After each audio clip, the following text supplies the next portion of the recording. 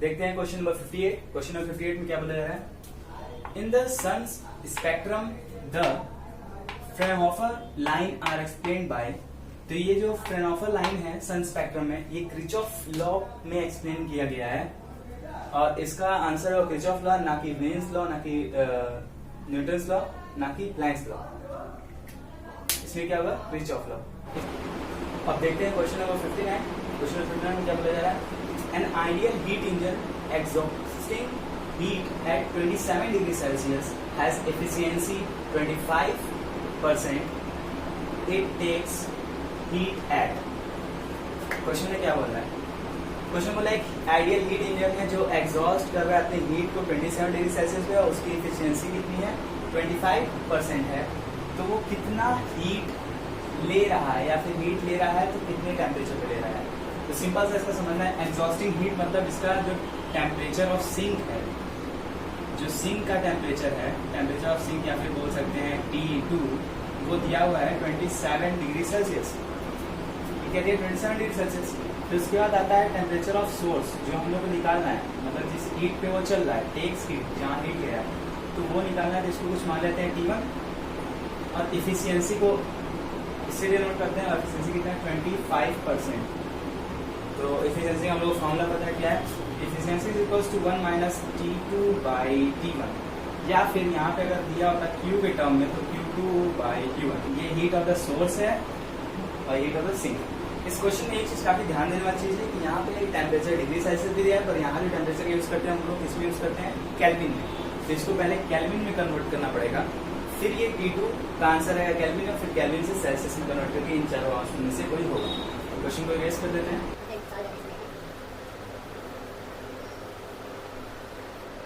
तो यहाँ पे अगर हम सॉल्व करें तो n is equals to 1 minus, इसको अगर हम लोग कन्वर्ट करते हैं किसमें? T2 is equal eight kelvin करते तो 27 3 प्लस 27 इक्वल्स टू कितना? 300 केल्विन आता है। तो ये T2 जो होगा, T2 क्या है? सिंक का है, तो ये होगा 300। और हम लोग को क्या फाइंड करना है? T1 फाइंड करना है। अच्छा, इफिशियंसी की वैल्यू दी हुई कितना? 25%। तो परसेंट कितना? 25% की वैल्यू कितना होगा? बाय 100। इसको क्या लिख सकते हैं? 0.25। 1 को इधर भेजेंगे तो कितना आएगा? -1 माइनस 300 बाई T1 बचेगा। इसको सॉल्व करेंगे तो आएगा 0.75 माइनस का, और ये माइनस का 300 बाई T1, और T1 ही हमको फाइंड करना है। 75 ये दोनों पॉजिटिव हो जाएंगे और इसको T2 को इधर ले लेंगे, क्रॉस मल्टीप्लाई कर दे 0.75। इसको जो हम लोग सॉल्व करेंगे, यहाँ तक ये यहाँ है और फिर यहाँ से ये इसको इरेज कर लेते हैं।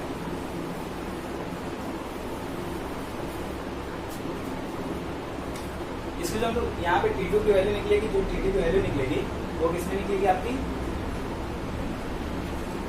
केल्विन में निकलेगी, और आंसर में क्या दिया था? सेल्सियस। इसको हम लोग सॉल्व करते हैं।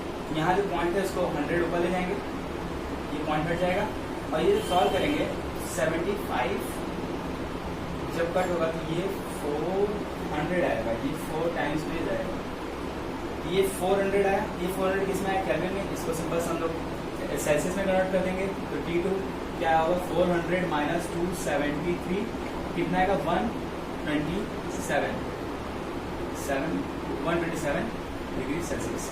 तो ये हम लोग आंसर है। ऑप्शन नंबर देखें कौन सा था? Option number 4। Option number 4 127 degree Celsius वो आंसर है। अब देखते हैं क्वेश्चन नंबर 61। क्वेश्चन नंबर 61 में क्या बोल रहा है? An open organ pipe produces fundamental notes of frequency f। अगर एक ओपन पाइप है और इसकी फंडामेंटल फ्रीक्वेंसी है f, इसकी फंडामेंटल फ्रीक्वेंसी क्या है? f है। तो अगर पाइप को where one of the end is closed, the fundamental now has frequency, मतलब अगर एक एंड इसका क्लोज कर दिया जाए तो इसकी फ्रीक्वेंसी कितनी हो जाएगी? और यहाँ का ऑप्शन दिया f होगी, क्या वही सेम रहेगी या फिर 2f डबल हो जाएगी या हाफ हो जाएगी या फिर इन तीनों में से कोई नहीं। तो यहाँ सिंपल सा क्या है, आपको याद रखना है, अगर एक तरफ से एक पाइप पहले अगर दोनों तरफ से ओपन है और इसकी फंडामेंटल फ्रीक्वेंसी एफ मानी गई है, तो अगर एक साइड से पाइप को क्लोज कर दिया जाता है तो इसकी फंडामेंटल फ्रीक्वेंसी जस्ट इसकी हाफ हो जाती है। तो अगर पाइप को क्लोज कर दिया तो अब ये केस नहीं होगा, अब क्या हो जाएगा, जो एफ डैश आएगा वो क्या हो जाएगा, एफ बाई 2। तो इसका आंसर क्या होगा, ये थर्ड वाला। तो यहाँ पे हमको ये चीज है, ये हाफ हो जाता है जब ऑर्गन पाइप क्लोज हो जाती है, तो ये f बाई 2 इसका आंसर होगा। नेक्स्ट क्वेश्चन कौन सा है, क्वेश्चन नंबर 62। इसमें क्या बोल रहा है, terminal velocity of spherical ball of radius r and density falling under gravity g in the liquid density of liquid and velocity and viscosity eta depends on। तो इसमें सिंपल सा बात है, टर्मिनल वेलोसिटी का फॉर्मूला याद होना चाहिए। तो इसको करने से पहले हम लोग इसका एक फॉर्मूले का शॉर्ट डेरिवेशन है, काफी जल्दी हो जाएगा, वो देख लेते हैं, फिर उसके बाद देखेंगे तभी ना पता चलेगा फॉर्मूला, क्योंकि इसका फॉर्मूला याद करना काफी आसान नहीं है, इसका फॉर्मूला काफी हार्ड होता है याद करने में। तो इसका छोटा सा डेरिवेशन है, तो वो देख लेते हैं। टर्मिनल वेलोसिटी अगर देखें, टर्मिनल वेलोसिटी, तो ये टर्मिनल वेलोसिटी कब होती है, जब कोई भी एक बॉडी या फिर ड्रॉप मान लेते हैं जो आसमान से गिर रहा है और एयर में, तो यहाँ पे इस ड्रॉप पे 3 फोर्सेस लगते हैं। पहला तो mg ग्रेविटी के कारण, और दूसरा फोर्स तुम्हारा लगता है ऊपर F बाइंडिंग फोर्स,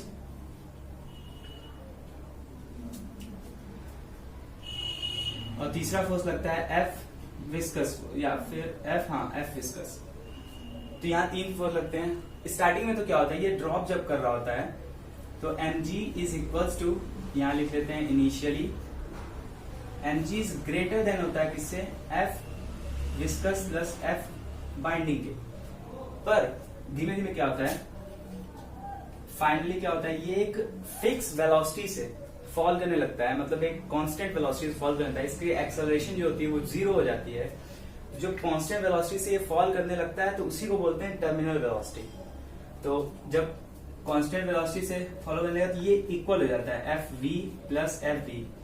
ये क्यों होता है, कांस्टेंट वेलोसिटी के फॉलो करने लगता है, mg तो सेम रहता है, F बाइंडिंग भी सेम रहता है, पर जैसे जैसे वेलोसिटी इंक्रीज करती है ये Fv वैल्यू इंक्रीज करने लगती है।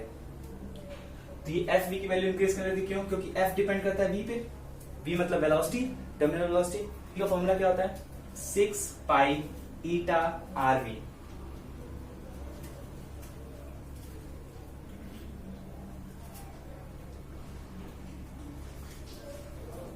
Six pi beta RV.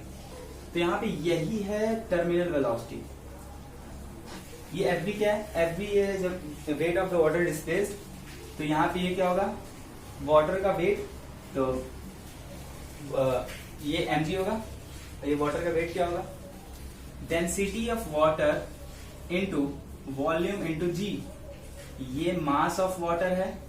इसी तरह ये मास ऑफ ड्रॉप निकालेंगे तो डेंसिटी ऑफ ड्रॉप या फिर डेंसिटी ऑफ ड्रॉप लिखते हैं इंटू वी इंटू जी। इन तीनों क्वेश्चन जैसे रखेंगे, इस चीज को इधर लाएंगे, जब एफ बी को इधर लाएंगे क्या होगा, drop V into G minus density of fluid, fluid मतलब ये पूरा जिस इन्वायरमेंट में गिर रहा है, v into G is equal to 6 pi eta V T R. V T यहाँ पे टर्मिनल वेलोसिटी है,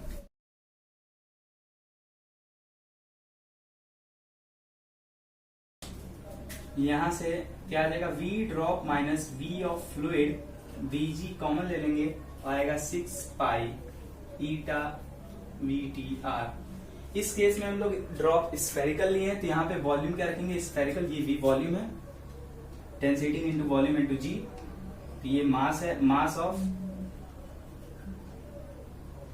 ये मास ऑफ ड्रॉप है, और ये वाला सिर्फ चीज मास ऑफ फ्लूइड है, फ्लूइड जिसमें फ्लो कर रहा है, ये हो गया। अब यहाँ पे कह रहे हैं वॉल्यूम वैल्यू, वॉल्यूम वैल्यू क्या होती है, 4/3 पाई आर क्यूब। तो यहां रखें d माइनस एफ, यहाँ क्या होगा 4/3 pi R cube into G is equal to 6 pi eta V T R. ये आर से आर गया, पाई से पाई गया, 2 टाइम्स ये 3 आ जाएगा। सारे टर्म को इधर भेज देंगे तो V T is equal to क्या आ जाएगा, V drop minus V F 2/9 eta, और ये ऊपर क्या बचेगा आर स्क्वायर जी। हम लोग का ये फाइनल प्रोडक्ट ये बचेगा। तो ये होता है वीटी का फॉर्मूला। तो ऑप्शन नंबर देखते हैं कौन से ऑप्शन में अवेलेबल था। तो आप पीडीएफ डाउनलोड करेंगे, नीचे डिस्क्रिप्शन में पीडीएफ होगी जो क्वेश्चन पेपर होगी, उसमें आप क्वेश्चन देख सकते हैं सारा। तो क्वेश्चन में 62 क्वेश्चन में ऑप्शन नंबर कौन सा होगा, 4। देखिए आर का प्रेजेंस है, जी का प्रेजेंस है, दोनों की डेंसिटी मतलब वाटर और जिसका स्फेरिकल बॉल बना है उसका भी, और ईटा और 2 तो ये चारों चीज का मतलब वीटी इन चारों प्रेजेंट। तो क्वेश्चन ऑप्शन नंबर 4 में आप देखेंगे कि ये फॉर्मूले के हिसाब से चारों चीजें इसमें प्रेजेंट है, पर ऑप्शन नंबर 1 में और 2 में और 3 में आधी ही चीजें दी गई है, जबकि वीटी इन सब पे डिपेंड करता है। तो सिंपल सा छोटा सा एकदम डेरिवेशन, इसको याद कर सकते हैं। और ये फॉर्मूला या फिर याद होता है तो कोई दिक्कत नहीं है, फॉर्मूला सीधे याद करके लिखिए और कंपेयर करिए कौन से वीटी किस पे वीटी डिपेंड करता है। अब देखते हैं question number 62, electron volt is unit of. तो इलेक्ट्रॉन वोल्ट होता क्या, पहले ये जानना चाहिए। व्हेन कोई भी अगर पोटेंशियल डिफरेंस क्रिएट किया जाता है, मानते हैं यहाँ पे V1 पोटेंशियल है, यहाँ V2 पोटेंशियल है, तो इसमें एक इलेक्ट्रॉन को इस पोटेंशियल डिफरेंस के कारण ये इलेक्ट्रॉन कुछ एनर्जी गेन कर जाता है, वही होता है क्या, इलेक्ट्रॉन वोल्ट। उसी को बोलते हैं इलेक्ट्रॉन वोल्ट। एक इलेक्ट्रॉन को पोटेंशियल डिफरेंस रखा जाता है और उस पोटेंशियल डिफरेंस में वो एक एक्सेलरेशन गेन किया जाता है, जिसके कारण उसको एनर्जी गेन होती है, उसी को बोलते हैं क्या, इलेक्ट्रॉन वोल्ट।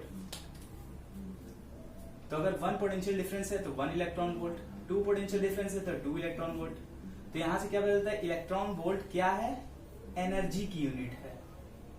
इससे एनर्जी मेजर की जा रही है इलेक्ट्रॉन की, जो वो गेन कर रहा है एक्सेलरेशन गेन करने के कारण।